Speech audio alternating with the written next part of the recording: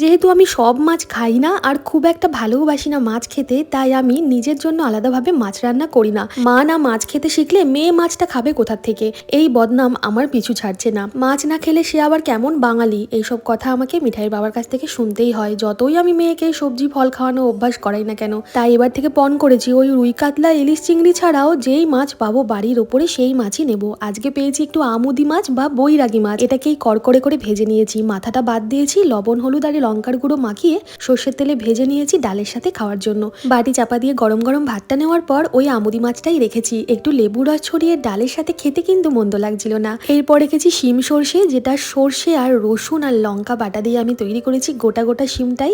এই দিয়েই আমার এক থালা ভাত খাওয়া হয়ে গিয়েছিল, এতটাই সুন্দর হয়েছিল। তারপর রেখেছি কাঁচা টমেটো ধনেপাতা দিয়ে রান্না করা মুসুরির ডাল।